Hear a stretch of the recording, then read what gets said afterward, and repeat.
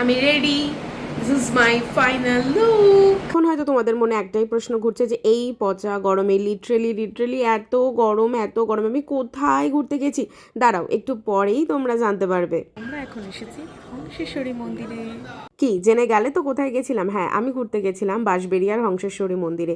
এই মন্দিরটা কিন্তু অনেক প্রাচীনতম মন্দির, কিন্তু আমি কিন্তু লিটারেলি এই প্রথমবার আমি হংসেশ্বরী মন্দিরে গেলাম। অনেকের ভিডিওতেই দেখেছি, তাই জন্য ইচ্ছে হলো যে এবার একটু হংসেশ্বরী মন্দির থেকে ঘুরে আসা যাক। জায়গাটা কত সুন্দর তোমরা দেখতে পাচ্ছ, সত্যি এই জায়গাটায় গেলে খুব খুব খুব ভালো লাগে। আমি যখন গেছিলাম তখন কিন্তু মন্দিরের আরতি হচ্ছিল।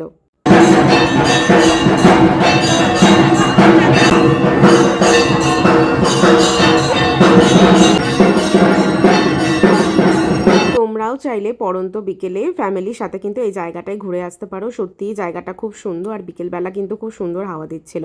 চলো, তোমাদের সাথে দেখা হচ্ছে অ্যানাদার কোনো একটা ভিডিওতে। টাটা।